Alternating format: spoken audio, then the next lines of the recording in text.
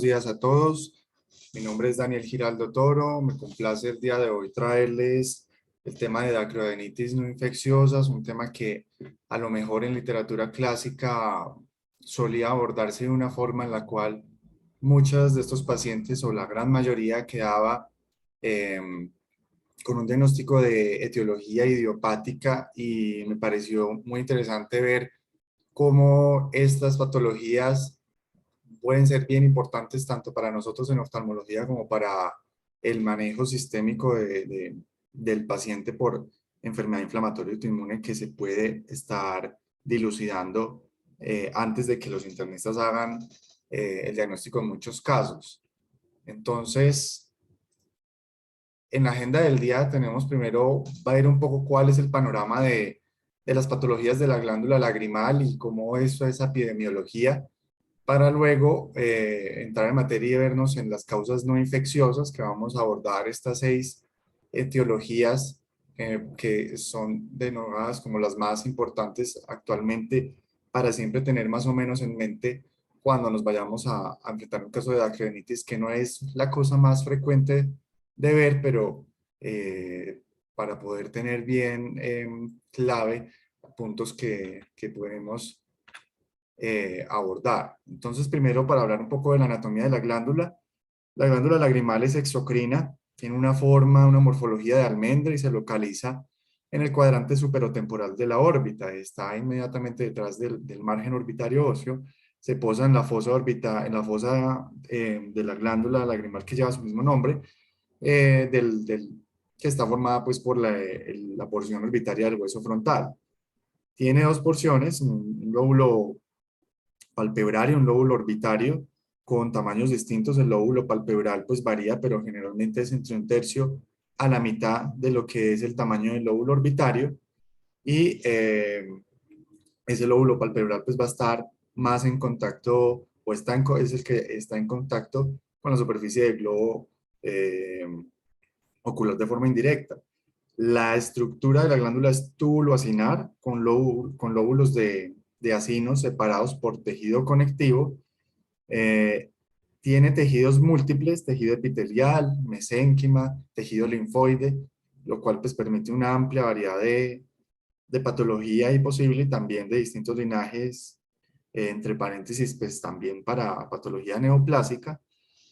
La glándula produce agua, obviamente, pero también hace una secreción de electrolitos y proteínas excretados por los acinos, y pues va a formar gran volumen de la película lagrimal, ayudado o complementado por las glándulas accesorias, de Wolfram-Krauss. Además, secretan inmunoglobulina A, citoquinas, lisozima y lactoferrina, con una función pues antimicrobiana. La imagenología normal de la glándula en tomografía tiene la misma densidad que los músculos extraoculares. Ambas glándulas deben tener un realce homogéneo cuando el examen es contrastado. La tomografía sabemos que no delinea muy bien tejido blando, más bien delinea bien como repercusión ósea que tenga la patología de la glándula, en el caso en donde hayan calcificaciones o se estén modificando los rebordes a expensas de la patología inflamatoria adyacente. A la derecha vemos una resonancia, donde vemos en la parte izquierda un T2 y en la parte derecha un T1, y logramos ver que la intensidad de la glándula lagrimal es similar en ambas ventanas. Es una intensidad pues es isointensa respecto a los músculos extraoculares, y permite delinear mejor su ubicación y sus bordes. En patología habitual, la resonancia va a ser el examen imagenológico de lesión para la gran mayoría de casos. La ultrasonografía en modo A y B también permite identificar localización, márgenes, densidad tisular. Puede decirnos si es una lesión quística, si hay infiltrado por lesiones, si hay lesiones sólidas, y clásicamente siempre ha sido pues de ayuda para determinar si, por ejemplo, el paciente tiene un agrandamiento, un aumento del volumen de la glándula y un aumento pues, de la grogenicidad por inflamación, y el diferencial con los tumores, adenoma pleomórfico, adenocarcinoma, e incluso también tumores linfoides. Este es un estudio muy interesante donde tiene una casuística, la casuística más grande que hay de biopsias, de resultados de biopsias de glándula lagrimal. El sesgo obviamente es que cuáles son el tipo de patologías que llegan hasta una biopsia y por ende salen o quedan por fuera las dacroadenitis transitorias de dacroadenitis agudas. Muy probablemente quedan por fuera son las dacroadenitis virales y algunas bacterianas que pues no llegan a ser consideradas para una biopsia. Pero en estos pacientes, es un estudio realizado en Australia, se vio que de los que se hicieron biopsia, la mitad eran por una etiología, la patología inflamatoria o patología por vasculitis, un 20% por patología de linfoma, 12% hiperplasia linfoide, y luego la patología tumoral, siendo más frecuente en los tumores epiteliales benignos, un 7,8%, y luego un 4% de tumores epiteliales malignos, y por último, quistes o lesiones misceláneas. Aquí vemos un poco cómo se distribuye eso. Entonces tenemos que la gran mayoría, el 33%, son dacroadenitis no específicas, que está dentro de lo que vamos a abordar hoy. Le sigue en frecuencia la dacroadenitis relacionada a enfermedad por inmunoglobulina G4, luego la sarcoidosis y de lo que llegaba a biopsia muy baja frecuencia pues de patología infecciosa como mencioné y una alta frecuencia sí de patología linfoide, de la cual la mayoría, es decir, eran del 32% cuando se toma toda la patología de glándula lagrimal, y cuando tomamos este global, el 61% es linfoma, que la mayoría son linfomas de zona marginal, y el 38% hiperplasia linfoide. Los tumores epiteliales, 2 de cada 3 son benignos, adenomas pleomórficos, y 1 de cada 3, carcinoma adenoide quístico, es la variable maligna más frecuente. Las de acroadenitis per se entonces pueden ser clasificadas como infecciosas y no infecciosas, donde estaremos hablando de causas inflamatorias, y las que quedan como idiopáticas. Dentro de las infecciosas, simplemente saber, porque hay que entender como el curso de ellas para saber cuándo vamos a sospechar una no infecciosa y cuándo debemos hacer el abordaje, que es totalmente distinto. Lo más frecuente de la infecciosa es que sea viral, le sigue las bacterianas y ya casos más bien anecdóticos por infección de hongos y protozoarios. Pues según el curso, una acroadenitis puede ser determinada como aguda, y eso es un cuadro muy característico de inflamación unilateral, de dolor severo, de hiperemia marcada del párpado superior, con tosis, con generalmente limitación de los movimientos extraculares porque la inflamación no es limitada, sino que compromete los tejidos adyacentes, y con signos asociados como quemosis conjuntival, secreción conjuntival en los casos donde haya etiología infecciosa, purulenta en bacteriana y acuosa en viral. Proptosis también muy importante tener en cuenta, porque la inflamación de la glándula puede hacer un aumento de su tamaño hacia el ápice de la órbita y causar algo de proptosis por rechazo del globo ocular, así como también el aumento o el efecto de masa de la glándula puede hacer una distopia o un desplazamiento inferonasal del globo ocular. Y la fiebre, bueno, en las acroadenitis agudas, la fiebre generalmente no es tan frecuente, en las infecciosas tampoco, máximo el 25% de pacientes la tienen. Cuando vemos las características de una acroadenitis aguda en imagenología, se ve un aumento de tamaño claramente que suele asociar y signos inflamatorios de tejido blando, de párpado, pues de párpados también, y cuando se contrasta, cuando es un examen contrastado, pues vamos a ver que hay un realce al compararlo con la glándula contralateral. Aquí lo que estamos viendo son resonancia magnética en T1, corte axial, perdón, corte sagital arriba y corte axial abajo, donde vemos que hay un evidente aumento del tejido de la glándula cuando lo comparamos con el contralateral, y que también pues empieza a comprometer el complejo de rectos superiores. En el caso de abajo, además, llama la atención que hay hiperintensidad de estructuras que corresponden a cuerpo ciliar, lo que habla de una acroadenitis que está asociando una iridociclitis muy frecuentemente, y aquí vemos cómo se compara con la intensidad del ojo que no está asociado. Entonces hay patologías que pueden estar cursando no solo con inflamación de la glándula, sino que pueden asociar uveitis y otro tipo de inflamaciones en las estructuras oculares. Este es un caso precisamente de esta imagenología, que primero se dio la inflamación de la glándula lagrimal y luego de 4 días desarrolló las erupciones cutáneas vesiculares en el patrón, eh, que se dilucidó como un herpes oftálmico. Entonces, y para contrastarlo con el curso de una acroenitis crónica, son generalmente inflamaciones bilaterales de las glándulas con un agrandamiento que es indoloro, es más bien insidioso, es un curso de enfermedad entre 4 a 6 semanas, dura más de ese tiempo, mientras que la aguda suele resolver entre la cuarta semana y máximo la sexta semana. La glándula lagrimal suele ser móvil porque todavía tiene mucho espacio, mientras que en la aguda está demasiado agrandada y no permite esto. Hay mínimos signos inflamatorios a nivel ocular. La tosis puede haberla, pero no es tan marcada como la acabamos de ver en la foto anterior, y el ojo seco es infrecuente, de hecho. La etiología infecciosa, lo más frecuente son las virales, le siguen las bacterianas. eh, de las virales está muy frecuente el Epstein-Barr, virus de las paperas, adenovirus y VHS. Y por etiología bacteriana está básicamente el estafilococo aureus. Estos pueden ser infecciones que se diseminan a través por la conjuntiva, por la piel del párpado o incluso pues por bacteremias, pero ya es más infrecuente esto. Entonces, ya sabiendo cómo es el panorama, digamos, el cuadro clínico de una acroenitis infecciosa y una acroenitis aguda, pasamos a hablar de inflamación de la glándula no infecciosa, donde se da un mecanismo de inflamación idiopático, pero también puede ser autoinmune o neoplásico. Muy raramente van a haber infecciones, por ejemplo, a veces por micobacterias, donde haya un curso lo suficientemente insidioso como para enmascarar o pasar por una de estas no infecciosas. Como vimos, la mayoría de estos pacientes con la conducta actual que se suele hacer en la clínica quedan como idiopáticas, pero es porque estos pacientes generalmente no se les hace biopsia y lo que usualmente se les ha hecho es tratamiento corticoide empírico. Y esa patología o ese nombre de idiopática,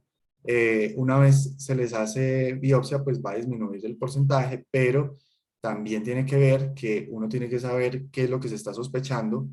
para solicitar adecuadamente la patología y ver qué marcadores les van a pedir, porque de lo contrario, en patología simplemente van a examinar los hallazgos a modo grosso y van a dejarla como una idiopática también, si no se hace una búsqueda eh, bien dirigida. Las causas específicas, lógicamente se ha visto que las causas específicas son bien determinadas en centros especializados en patología de órbita, y en esos mismos centros pues se da el problema de un subregistro de las dacroanitis transitorias. La clínica general de una diacroanitis no infecciosa puede ser aguda, puede ser subaguda o crónica. Vemos que lo más frecuente es que sea subaguda crónica, que sobrepase, que sea por lo menos de 5 semanas o más de evolución, que no sea tan florida la clínica inflamatoria, y los hallazgos clínicos y radiológicos son inespecíficos, es decir, se comparten entre todas las etiologías y no hay signos o no hay hallazgos en la resonancia que nos permita aseverar que haya más probabilidad que otra de una etiología per se. Por esto, la biopsia se posiciona como un examen que va a ser vital para determinar la etiología, y más adelante vamos a ver por qué nos interesa determinar qué subtipo de acroenitis es a la que nos estamos embargando. Estas son los distintos etiologías que podemos estar buscando. Entonces, básicamente, enfermedad relacionada a inmunoglobulina G4, sarcoidosis, granulomatosis con poliangeitis, o antes conocida como Wegener, síndrome de Church-Strauss, y ya síndrome, pues, patologías mucho más anecdóticas que solo tienen reportes de casos bajitos, como dacroanitis en contexto de Sjögren, en contexto de enfermedad de Crohn o de enfermedad de Still. Primero hablaremos de las dacroanitis inespecíficas, que son las que quedan en ese diagnóstico. Es la patología más común en la actualidad, por lo que les dije, porque no se tiene clara la importancia en la mayoría de médicos de hacer el estudio acuciosamente y pues no hay manera de que se diagnostique o que se busque y quede con el apellido adecuado. Sin embargo, esto es un diagnóstico que debería ser siempre de exclusión luego de haber hecho todo la analítica adecuada. Es una patología que se limita, que puede ser limitada a la glándula lagrimal o que puede tener compromiso de estructuras vecinas, es decir, músculos extraculares, grasa orbitaria y demás, que la fisiopatología está no aclarada del todo. Se piensa que puede ser por inmunidad humoral, por alteraciones en la respuesta TH1 y TH2, y vamos a ver eso cómo se correlaciona con los hallazgos de patología, y que muchas veces se ha visto que se da en pacientes que tienen de base enfermedad de Graves, artritis reumatoide, diabetes mellitus o lupus eritematoso. La epidemiología habla que tiene una tendencia a ser más en mujeres, un diagnóstico más frecuente entre la cuarta y quinta década de vida, 50-60 años en promedio. En población pediátrica, sin embargo, sí se puede diagnosticar, no es la cosa más frecuente, pero cuando los niños tienen orbitopatía inflamatoria, esta etiología nos explica hasta el 40%, siendo lo más frecuente. Eh, Puede ser unilateral o bilateral, y lo más frecuente es que sea unilateral. La epidemiología varía entre el país. En Colombia no tenemos esa descripción. Sobre la clínica, un poquito menos marcada que lo que vemos en esta foto, pero me gustó esa foto como para delinear bien los signos clásicos, donde hay inflamación del párpado superior, básicamente en la mitad temporal, que con frecuencia es más marcado en horas de la mañana, dando lugar al signo de la S. Ese signo, el signo de la S que vemos acá, donde hay una mayor decliviotosis del párpado en su aspecto temporal, por ser una inflamación como más localizada a ese lado. Pues va a tener dosis, como es más en adulto mayor, perdón, en adultos, puede manifestar diplopía al paciente, eh, generalmente sin dolor. La palpación de la glándula nos hace ver que es una glándula de consistencia firme, a veces puede ser algo dolorosa, pero no demasiado, y puede haber desplazamiento inferonasal del globo ocular. Al evertir el párpado superior, en los casos que se puede vertir porque hay casos muy inflamados, se expone el lóbulo palpebral de la glándula y se puede mostrar agrandado, ingurgitado o hiperémico ese lóbulo de la glándula. Puede asociar a otras cosas oculares como episcleritis, como quemosis, pero no es lo más frecuente. Aquí vemos un caso de una mujer en edad media que presenta pues inflamación del párpado superior izquierdo con hiperemia conjuntival asociada y con los cambios que acabamos de hablar. Cuando se le hace biopsia incisional, que es el tipo de biopsia que se les hace a ellos, se mostró pues, cambios inflamatorios no específicos con un infiltrado linfocitario y con atrofia acinar, que es como el curso que termina el curso clínico de esta patología. La resonancia que la vemos abajo muestra agrandamiento difuso de la glándula lagrimal izquierda, como vemos. Es un agrandamiento que no nos delinea bien la glándula porque también está inflamado el recto lateral y está inflamado tejido blando de párpado superior izquierdo, cuando lo comparamos con el contralateral que no está inflamado. Y en el corte, y en el corte sagital, pues inflamada toda la glándula e inflamando el complejo superior de los músculos. ¿Cuál es el estudio que se le debería hacer a estos pacientes? Los autores actualmente, por lo menos en literatura desde 2021, hablan o incentivan mucho que estos pacientes cuando estén pasando de 5 a 6 semanas, que no tengan un curso de una dacroadenitis transitoria, no sea una dacroadenitis con clínica de viral ni bacteriana, y pasen ese tiempo de evolución, pero persistan los signos clínicos que acabamos de ver, son partidarios a que se les haga biopsia incisional, que ya vamos a ver cómo se hace. Ese es el consenso que además este llegó pues con la reunión de expertos de cirujanos de órbita en 2017, donde pues la idea es hacer eso para poder hacer todo el examen completo, y la idea de hacer la biopsia va a ser que en muchos de estos casos se beneficien en el sentido de que se puede diagnosticar no solo patología autoinmune que se termina desvelando 1 o 2 años después, y puede ser un momento para tratar de forma temprana al paciente y repercutir en eso, sino que también está lógicamente que la biopsia nos puede hacer una mejor diferenciación o exclusión de patología maligna, que siempre va a ser bien difícil de diferenciar por imagenología y por clínica, porque hay casos donde hay hiperplasias linfoides en contexto de dacroenitis y que años después terminan esos pacientes siendo diagnosticados con un linfoma propiamente dicho y que se pudo haber a lo mejor estudiado de forma más temprana. Por el lado de exámenes de sangre, hay unos exámenes que obviamente se pueden individualizar. Lo general es mandar hemograma, bioquímica sanguínea, función hepática y un perfil autoinmune. Como vemos acá, pues anti-CCP, anti-R o anti-LA, más pensando esto último en Sjögren, función tiroidea para descartar aquí también algo de autoinmunidad. Y en los casos donde se tenga algo de sospecha de etiología infecciosa, serología para Epstein-Barr, incluso pruebas para micobacterias, donde igual sabemos que lo mejor es hacer un cultivo con muestras de la biopsia, y un BDRL como no puede faltar porque puede todavía ser causa de eso. Aquí vemos en un adulto básicamente la misma clínica y cómo se ve esa alteración en la radiología, compromiso significativo de la glándula. En la biopsia, la indicación, entonces la acabamos de ver. Generalmente eso ha sido muy debatido, pero últimamente se está cada vez incentivando más en ese contexto que acabo de mencionar, más de 6 semanas y que no tenga clínica de infecciosa. Generalmente, ahora pueden decirle a uno, pero es que ese paciente generalmente ya tiene corticoides, ya alguien le puso medicamento tópico o incluso sistémico con corticoide, y es verdad, eso puede por completo sesgar lo que va a salir en la biopsia. Lo que pasa aquí es que generalmente desde que inicia,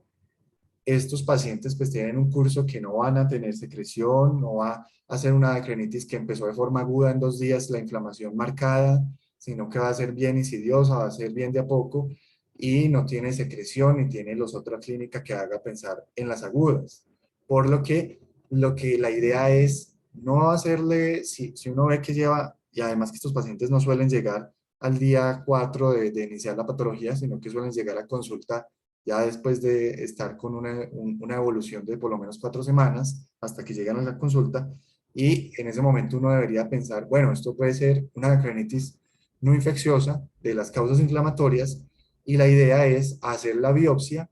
antes de iniciar tratamiento empírico inflamatorio. En ese sentido, cuando se hace de tal manera, se baja ese porcentaje de 50% de idiopáticas a menos del 30% y se logra determinar la causa autoinmune o inflamatoria. La técnica pues va a ser básicamente haciendo una biopsia incisional del lóbulo eh, por vía del pliegue palpebral superior, ya voy a mostrar un poco mejor,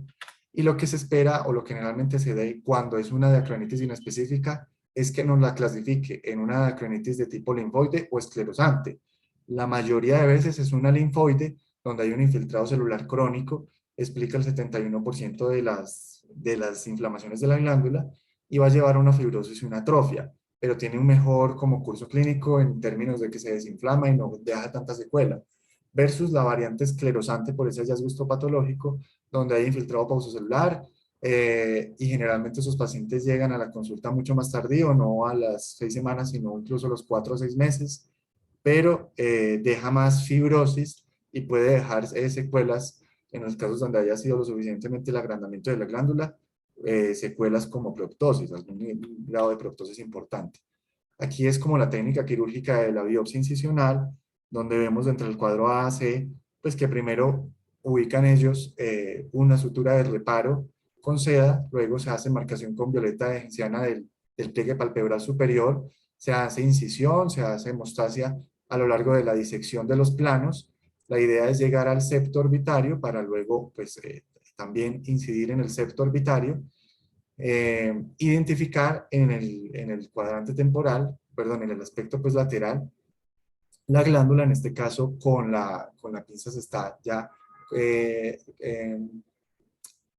eh, toca, pues, separando o cogiendo el lóbulo palpebral de la glándula, y allí pues con tijera ya se puede hacer una incisión y tomar una muestra adecuada para luego pues suturarla y volver a cerrar. Em,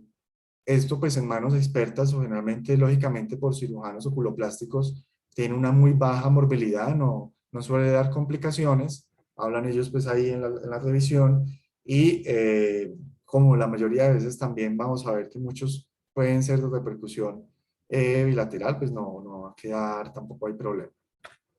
Bueno, ¿cuál es el manejo de una vez se excluyó todo y se clasifica como inespecífica o después justo de haber hecho la biopsia? Es dar el manejo con corticoides. Esta pauta va a ser válida para la mayoría de las otras patologías inflamatorias de las que voy a hablar.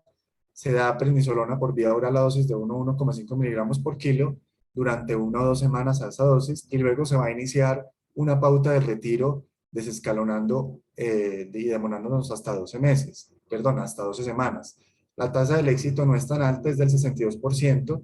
Otra alternativa es hacer una inyección con triamcinolona o con betametasona intraglandular o yuxtaglandular. La mayoría de veces, digamos, la que toca yuxtaglandular es la esclerosante porque es muy fibrosa la glándula, pero pues tienen una buena evolución y pues lógicamente con anestesia tópica, pero pues puede ser un poco doloroso. Y por último, una cosa muy inusual es que se necesite corticoide intravenoso. La cirugía, que es básicamente cirugía de disminución de volumen, donde se hace una resección de todo un lóbulo de la glándula, eh, no suele ser lo más frecuentemente que se necesita. Básicamente se da para pacientes que no responden al tratamiento antiinflamatorio ni con corticoides ni con medicamentos ahorradores de corticoides. Tiene una resolución de más del 80% de los casos, pero una recaída del 8%, y no se correlaciona con ojo seco. De hecho, ni la mayoría de patología inflamatoria de la acromionitis no da ojo seco, eh, porque queda una suficiente función de la glándula lagrimal y las glándulas accesorias pueden suplir la mayoría de los casos suficiente película pues, del componente acuoso.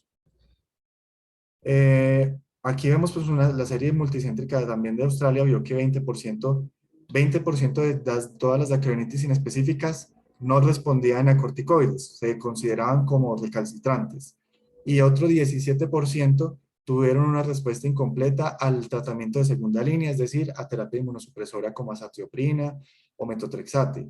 Ellos denotaron que los factores de riesgo para que esas acromionitis tuvieran mala respuesta es que fueran pacientes de género masculino, que hubiera una inflamación no aislada de la glándula, sino que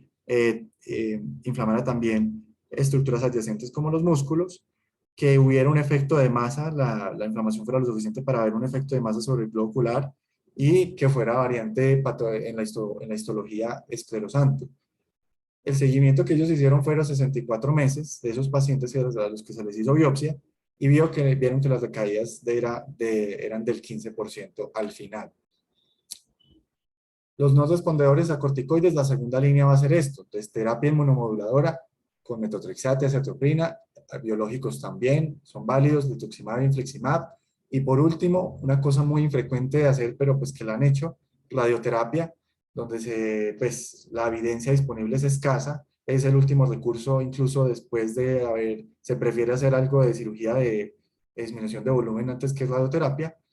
porque la radioterapia sí da más ojos secos, sí va a haber más atrofia y todo este problema y va a dejar más ojos secos. Además que la tasa de éxito pues es baja. Pasamos a la segunda causa, que es de acromionitis asociado a enfermedad por inmunoglobulina G4.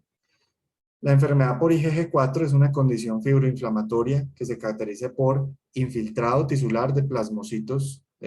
con dicha estirpe, IgG4 positivos. La repercusión oftálmica con mayor frecuencia se expresa como, primero, agrandamiento indoloro de la glándula lagrimal, segundo, compromiso de los músculos extraculares y tercero, repercusión de grasa orbitaria o de nervios intraorbitarios.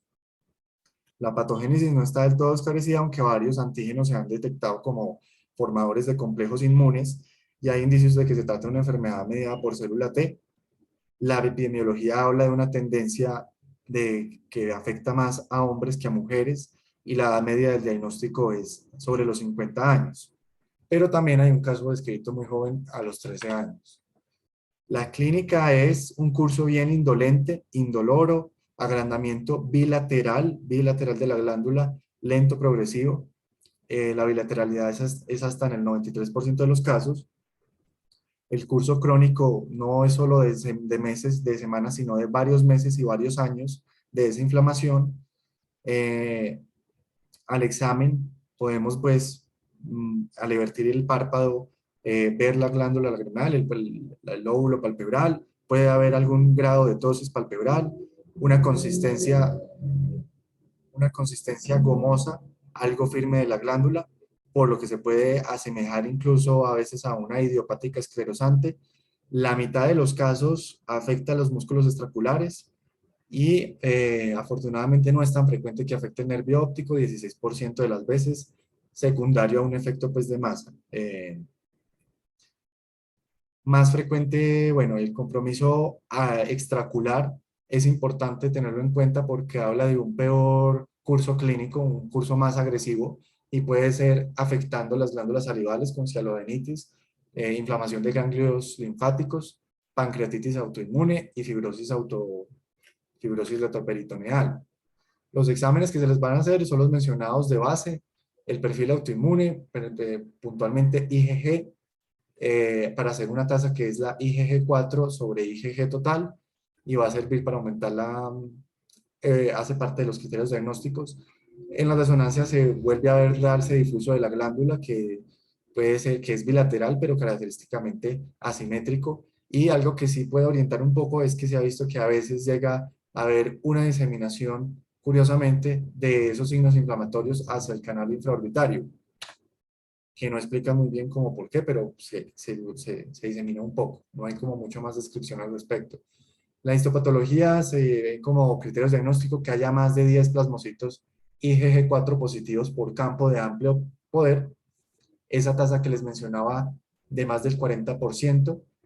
Se puede que haya signos en la histología de flebitis y fibrosis o en la histología que haya de entrada más de 50 a 100 plasmocitos IgG4 positivos por campo de alto poder,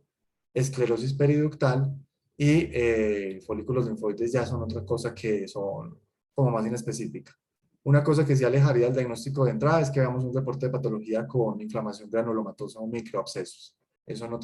estaría en consistencia con esto. Aquí están los criterios diagnósticos que se establecen por el Colegio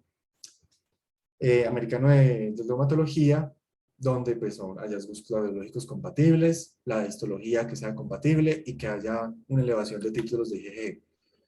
El manejo, lo mismo, terapia corticoide oral, donde la respuesta inicial va a ser del 90 al 100%, pero 70% de estos pacientes van a tener una recaída y la mayoría de veces esto se da en el momento en que se empieza a hacer desescalonamiento de los corticoides. Se ha visto que se correlaciona el hecho de los títulos, es decir, los títulos van bajando a medida que mejora el cuadro clínico. Uno lo que va a ver es que la glándula empieza a disminuir de tamaño y si el reumato le está haciendo títulos, va a ver, se van a ir disminuyendo y a su vez los títulos pueden ir aumentando cuando va a tener una recaída, pero pues esto no se hace regularmente. Y dos de cada tres pacientes recaen pues en ese momento de retirar, de estar bajando la dosis del corticoide, por lo que la gran mayoría va a quedar con un medicamento ahorrador de corticoide para terapia de largo plazo. Las recaídas se ha visto curiosamente que son más en pacientes que hacen cialodenitis y pancreatitis aguda, pancreatitis autoinmune, y son pacientes que van a necesitar esquemas más extensos y de mayor dosis de corticoide, por lo que se necesita más bien medicamentos alternativos.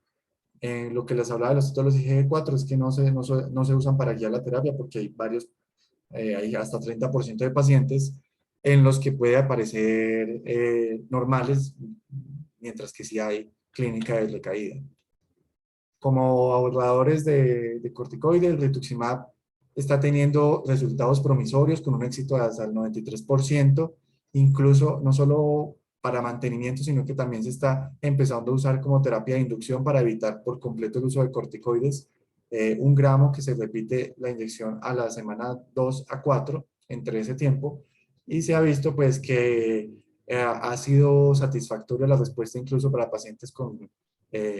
dacroiditis IgG4 recalcitrantes que no mejoran con corticoides, con una tasa de recurrencias del 9% dentro del contexto de pacientes que ya eran de difícil manejo y que la mayoría de veces se ha visto que esas recurrencias eran de pacientes que estaban con dosis subterapéuticas de rituximab.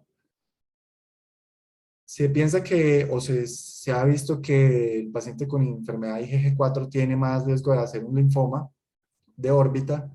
Ese riesgo relativo se ha medido en 10%. También hay que tener en cuenta que la interpretación de la biopsia no es tan fácil.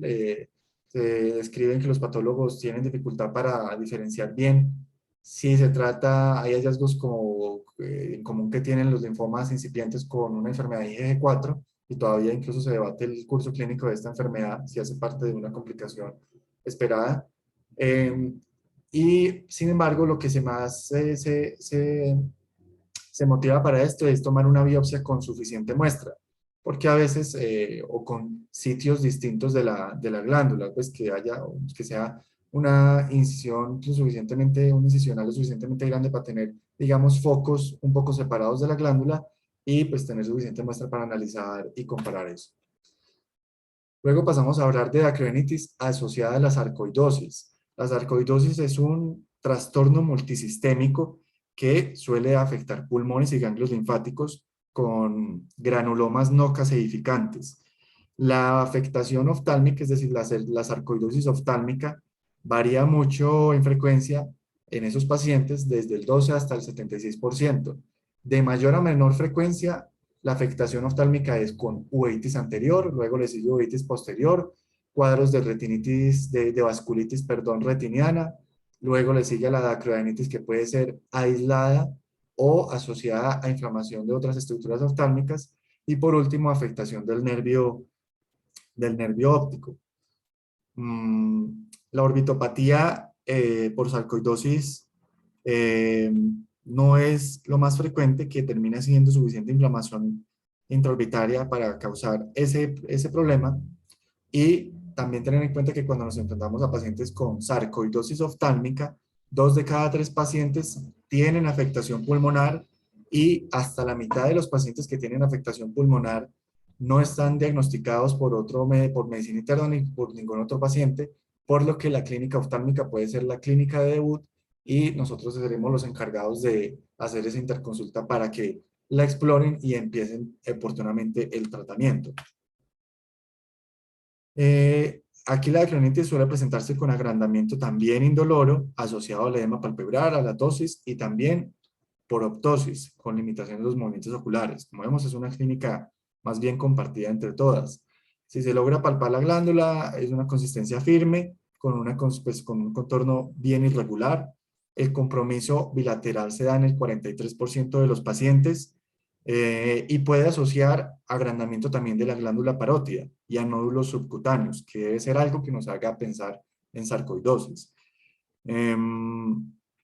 una serie de casos, de 30 casos de sarcoidosis orbitaria y anexial, el 63% tenían afectación de la glándula lagrimal y de esos el 70% tenía ya, o sea, eventualmente se les diagnosticó que tenían patología sistémica que no había sido diagnosticada previamente. Bueno, y los pacientes que tienen más riesgo de hacer orbitopatía por sarcoidosis y eventual afectación de nervios son los pacientes que tienen sarcoidosis sistémicas, por lo que también nos interesa saber, pues nos interesa saber eso porque durante el curso de la enfermedad puede tener una evolución tórpida. De forma más anecdótica, se ha visto que se pueden dar cuadros de sarcoidosis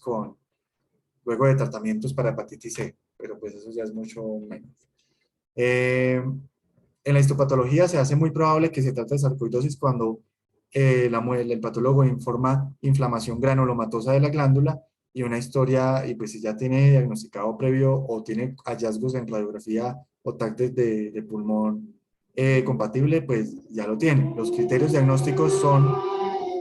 primero, presentación clínica y radiológica compatible; segundo, una evidencia por histopatología compatible con esos granulomas no calcificantes; y tercero, que se haya excluido infección o malignidad, para lo cual también vamos a necesitar la biopsia.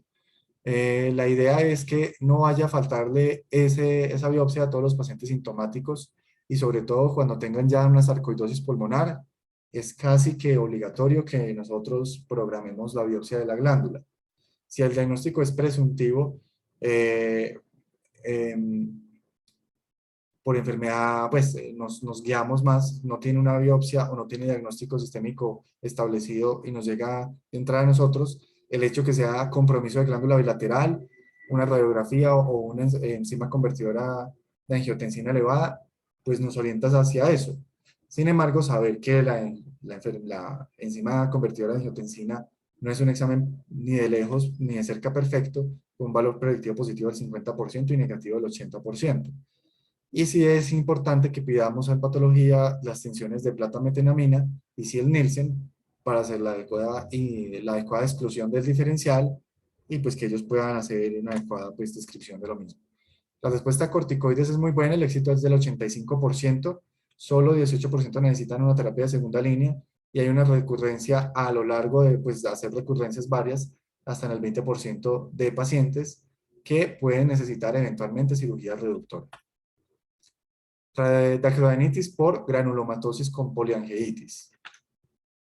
La granulomatosis con poliangeitis es una vasculitis autoinmune de pequeño vaso arterial y venoso, que también compromete pulmones, pero además de eso, parénquima renal, la afectación oftálmica se ve hasta en el 64% de pacientes y lo que se ve es una orbitopatía difusa. La patología de la órbita puede progresar a enfermedad sistémica, es decir, debutar con patología orbitaria y hacer una evolución bien agresiva de patología sistémica, tan agresiva que vale la pena mucho que siempre lo tengamos en cuenta porque pueden evolucionar los pacientes a una vasculitis tan tórpida que esto desencadene o termine en el fallecimiento del paciente. Típicamente, esta se diferencia de todas las anteriores en que a esta sí le gusta hacer un cuadro de dacrodemitis aguda, pero no hace secreción. Es una dacrodemitis con signos bien marcados de proptosis, incluso empieza a ser clínica de neuritis óptica por síndrome compartimental orbitario, afectación de senos paranasales y de tracto respiratorio superior, afectación de otros tejidos oculares como quemosis, escleritis, queratitis ulcerativa periférica. Es un cuadro entonces bien agresivo, inflamatorio y no es lo más frecuente, pero siempre hay que estar buscando que no nos esté haciendo ese síndrome compartimental.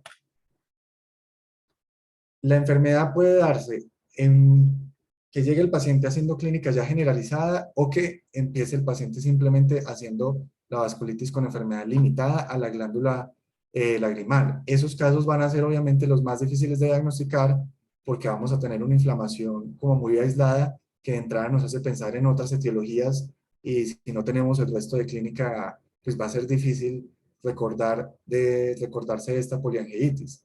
Pero pues cuando tenga ese curso como tan agresivo, tan inflamatorio y no responda a tratamiento antiinflamatorio sintomático, que es el que se le suele dar con AINES a las virales, o si se sospecha, pues sería muy inusual que uno sospeche bacteriana porque no tienen secreción purulenta, pero pues puede que nos llegue que alguien más la haya tratado como bacteriana y que con esos tratamientos no haya mejorado, pues no olvidar que esa inflamación tan marcada puede estar dada por este tipo de patología. Sin duda alguna, mandarles el esquema, el perfil autoinmune, una tomografía de tórax que también va a dar, pues, esa imagenología si tiene signos bien orientadores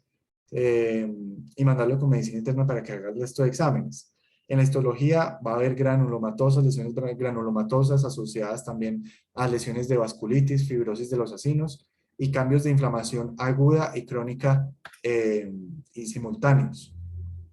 El diferencial de esto va a ser orbitopatía idiopática inflamatoria, que no suele ser tan agresiva, poliarteritis nodosa, que es una vasculitis de vaso grande, y arteritis de células gigantes, así como también vasculitis por Churg-Strauss, pero pues que también tienen obviamente su clínica diferencial, la temporal, en la poliarteritis de células gigantes, en la poliarteritis nodosa generalmente hay compromiso pues también de grandes vasos como vasos de aorta y otras situaciones y alguna clínica de sistema nervioso central por repercusión en el sistema nervioso central vascular, en fin. La biopsia es esencial, como ya vengo recalcándolo con todos, la infiltración de grasa se va a ver, perdón, va a haber un realce por infiltración de grasa en T1 de la resonancia y en T2 un realce moderado que va a ser una intensidad iso o hiperintensa en ese T2. El Colegio Americano de Reumatología habla de por lo menos dos de los siguientes criterios: una hematoria microscópica, úlceras orales o nasales, radiografía de tórax y la biopsia, que puede ser, obviamente, pues digamos, de hecho la glándula lagrimal es el sitio más accesible para biopsiar en estos pacientes. El manejo va a estar a cargo del reumatólogo porque es un cuadro inflamatorio muy agresivo, pero les va bien cuando se inicia a tiempo la ciclofosfamida y un adecuado manejo de mantenimiento. Sin embargo, hasta el 65% de estos pacientes quedan con una proptosis residual por ese tejido fibrótico que queda allí. Y la terapia inmunomoduladora con rituximab ha logrado resultados satisfactorios. El hecho de que la granulomatosis dé una afectación aislada de la glándula, de hecho es un factor de buen pronóstico sistémico, pero cuando la afectación es con orbitopatía, ya afectación de varias estructuras intraorbitarias, es un factor de evolución bien tórpido. Y la cirugía descompresiva va a estar indicada en casos donde haya clínica de neuropatía óptica compresiva. La dacroadenitis por Sjögren es muy infrecuente. Hay una cosa que es que el Sjögren dé un déficit acuoso y que esté afectando de forma autoinmune esa infiltración a la glándula. Y una cosa completamente distinta que es que haya una inflamación, una dacroadenitis propiamente dicha en contexto de síndrome de Sjögren, lo cual es muy frecuente y solo hay 6 reportes de casos. Es una inflamación que también es indolora, que al 57% de las veces ha sido bilateral y que es de todas las dacroadenitis la que tiene más incidencia de ojo seco. De hecho, el resto de dacroadenitis es raro que tenga ojo seco, o por lo menos hablándose en términos de que es raro que causen déficit acuoso las otras etiologías. Y durante el curso de una dacroadenitis aguda, la glándula de hecho produce más lágrima de lo normal, entonces no se ve afectado eso en ese caso, para hacer el diferencial con esto que sí la altera. Entonces, un Sjögren sin dacroadenitis versus un Sjögren con dacroadenitis, se ve que hay una preponderancia porque se dé la dacroadenitis en mujeres, que cuando hay inflamación de la glándula hay más prevalencia de síntomas de sequedad a nivel bucal, serostomía, que hay más prevalencia de seropositividad de autoanticuerpos, y la histología pues va a dar infiltrados linfocitarios, formación folicular e inflamación periductal. El riesgo, estos pacientes tienen riesgo aumentado de MALT, de linfoma tipo MALT, y hasta el 21% de las biopsias que se hacen pensando que simplemente son la dacroadenitis han mostrado que tienen un patrón monoclonal, porque con esa biopsia se les ha hecho estudios de PCR donde se ve que sí hay un patrón monoclonal de linfocitos. La imagenología no nos logra diferenciar, entonces la biopsia pues va a ser mandatoria ahí cuando veamos que es un curso que no mejora. Y el manejo, lubricantes oculares, el manejo de superficie ocular va a ser aquí sí bien importante, y el manejo antiinflamatorio que ya hemos hablado. Esta es básicamente una imagen donde se ve una mujer con inflamación del párpado superior derecho, más bien como un poco difusa, no tan marcada con el signo de la S. En la resonancia vemos un aumento del volumen de la glándula lagrimal derecha, con repercusión también sobre estructuras adyacentes, y en la histología de la izquierda vemos la dacroadenitis por Sjögren versus la histología del recuadro D, donde es una histología normal, y pues está un marcado infiltrado linfocitario con atrofia de los acimos. Por último, para ir dando la charla, la dacroadenitis por Churg-Strauss, que es una vasculitis de mediano y de pequeño vaso, que tiene un compromiso orbitario por inflamación granulomatosa, pero también puede ser por otro patrón, que es por vasculitis isquémica. Tiene esos dos mecanismos. En una serie de casos son como los estudios pues, que han tenido más casuística, 45 casos con compromiso orbitario por Churg-Strauss, se mostró que la dacroadenitis no era lo más frecuente, solo el 4% tenía compromiso de la glándula, que puede ser unilateral o bilateral de forma más o menos pareja, cualquiera de las dos, que suele acompañarse de miositis y que no suele ser un compromiso aislado de la glándula, sino de la órbita. El diagnóstico inicial se hace por oftalmólogos hasta en el 64% de los casos y luego va a terminar siendo sospechado por medicina interna. En la histología, inflamación granulomatosa de la glándula con linfocitos y plasmocitos abundantes que asocia, para diferenciarlo de los otros, eosinofilia en el hemograma, un paciente clásicamente que tiene un antecedente desde la infancia de asma, opacidades pulmonares simétricas pariliares, y que cuando la afectación se da por mecanismo granulomatoso tiene un mejor pronóstico a cuando se da por un mecanismo vasculítico isquémico. Muchos de los casos van a ser ANCA negativo, por lo que uno se puede guiar por eso, que clásicamente estamos acostumbrados a asociar la vasculitis por Churg-Strauss con esta positividad de autoanticuerpos. Entonces, saber que si hay una clínica muy orientadora y una biopsia positiva, esto pesa más que esos autoanticuerpos. El manejo tiene excelente respuesta a la ciclofosfamida, pero de todas formas tiene también el inconveniente que muchos persisten con proptosis. Este es un recuadro donde quedan básicamente como la diferenciación o la comparativa de todas las causas que acabamos de abordar, donde destaca que la dacroadenitis no específica puede llegar a ser dolorosa, pero es típicamente un dolor leve a moderado. La dacroadenitis por poliangiitis sí es bien dolorosa y puede confundirse con causas de dacroadenitis aguda, mientras que las demás son indoloras. En cuanto a la edad, básicamente todas se ubican entre la quinta a la séptima década de edad, tienen clínica localizada muy en común y pues por lo demás ya las cosas que mencionamos que pueden tener en la granulomatosis y en la sarcoidosis compromiso orbitario importante. Esto es básicamente como el flujograma que uno debería tener siempre en cuenta, paciente con clínica de acroadenitis, que no concuerde con acroadenitis agudas infecciosas, se debe solicitar imagenología de órbita, idealmente resonancia magnética con cortes de órbita bien finos. Luego de eso, y si vemos, pues evidenciamos en la imagenología que no hayan signos, digamos, por ejemplo, de linfoma, cosas muy orientadoras a malignidad, pues pensar en causas inflamatorias que acabamos de abordar y pensar que antes de iniciar el tratamiento empírico, ver si ese paciente podemos llevarlo a la biopsia incisional, hacerle la misma, pedirle los exámenes de sangre y luego de eso hacerle su tratamiento antiinflamatorio que como vimos es bien similar en cada una de ellas, apoyándonos lógicamente de medicina interna o reumatología. Entonces, como puntos clave, las dacroadenitis idiopáticas tienen una alta proporción, pero las causas secundarias se pueden cada vez dilucidar más y tienen una repercusión en el tratamiento tanto oftalmológico como sistémico de estos pacientes. La biopsia debe practicarse con mayor frecuencia. Tenemos que tener bien claro entonces que son pacientes que lleven 5 o 6 semanas de evolución, que no respondieron a un manejo probablemente a una acroadenitis aguda si es que ya la habían abordado sí, o de entrada nunca tuvieron esa clínica y que se beneficien de que antes de empezar a hacer tratamiento empírico pues saquemos esa muestra. La clínica de imagenología no son suficientes para excluir etiología, obviamente la necesitamos y tiene que quedar bien estipulado, pero no va a ser suficiente para hacer todo el tratamiento de este paciente. Y pues tener en cuenta que la realidad, si nos puede quedar algo grande, la mayoría de casos que no son idiopáticos, que se logra dilucidar la etiología, van a ser enfermedad IgG4 y ya causas un poquito más infrecuentes, pues las otras, la granulomatosis, poliangiitis, Churg-Strauss y sarcoidosis. Muchas gracias.